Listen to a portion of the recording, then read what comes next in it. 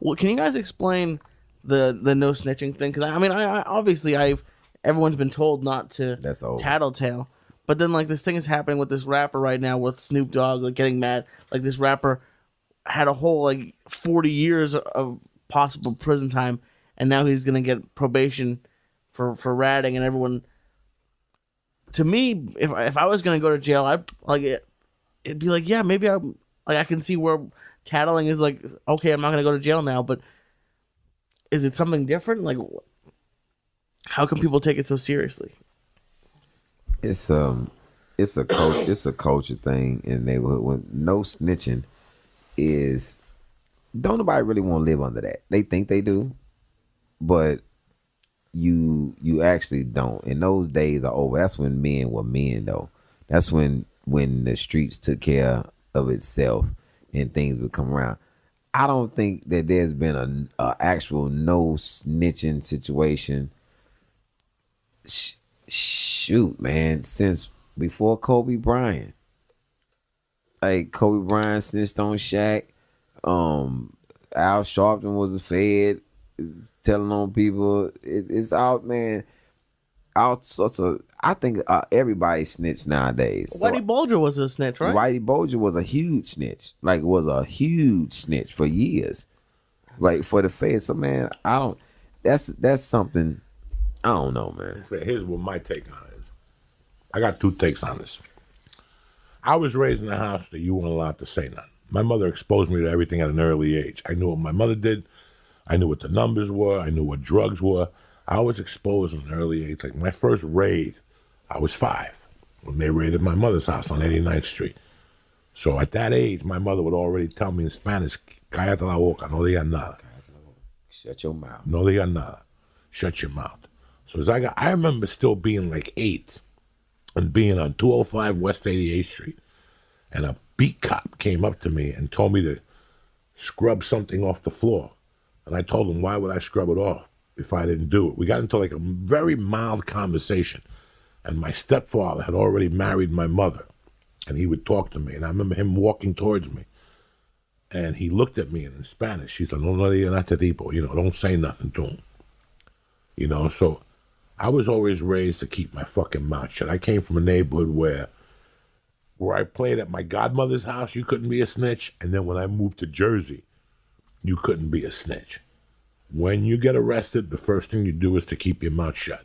Right. You don't know nothing. Now, I was in a situation where I was facing jail time. They came to me and asked me to make buys or whatever. Listen, I'd rather fucking stab myself in my heart. I could never, ever, ever do that. Now, there's something else. Okay, if you're asking me about snitching, Right. I'm not a snitch. I don't know nothing. I don't even know what the fuck you're talking about. If you're involved, you do your time and you keep your mouth shut.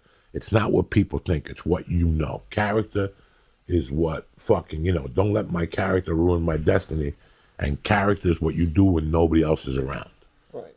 That's why you don't snitch. Now, if I'm a big volume drug dealer, if I make $500,000 a year on coke, $500,000 a year on gambling, $500,000 a year on hot stuff, $500,000 a year on construction, everybody is always trying to shoot you down.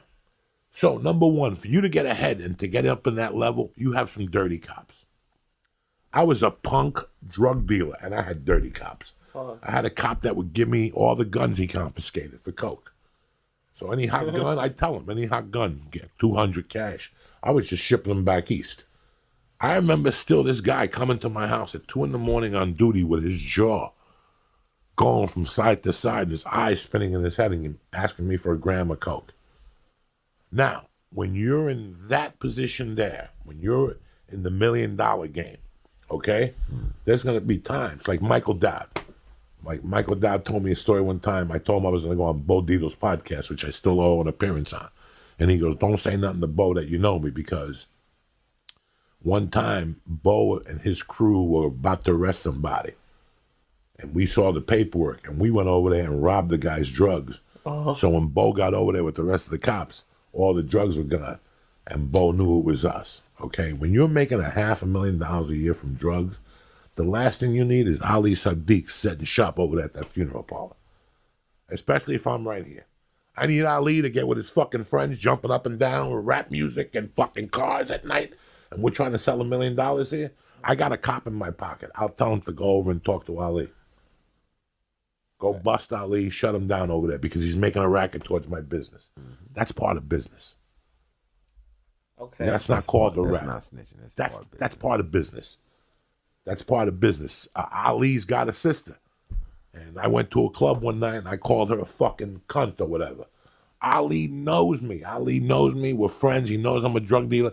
He don't want no problems with me, whatever. You know what? He might just, by mistake, put an ounce of coke in my car and make me get pulled over. Okay. That's not a rap. That's part of doing street. That's street business. That's street business. That's part of colonial getting damage. That's part of getting mixed up in the fucking game. If you're a drug dealer and you have any clout or a numbers operator or anything, you have a cop on your payroll. You have a couple cops on their payroll and they have ears, and they'll come to you and say, "Listen, we just busted this dude Ali, and he's down there ratting." Like, cops work like that too. So I already know. So I'll call the king of the fucking brothers and go, "Hey, if you got something going on Ali, disconnect. Because he's in there ratting." Now I just won myself a favor with the brothers. Right. Now I just won myself a favor with the brothers because Ali's running with the brothers over on 88th Street. Now I go over there and tell him, "Hey, Ali ratted." How do you know? Because he's in there singing the blues. Who's Copernicus? Me. How do you know who I tell you that fucking Ali was ratting on Copernicus. Now they owe me a solid. Gotcha.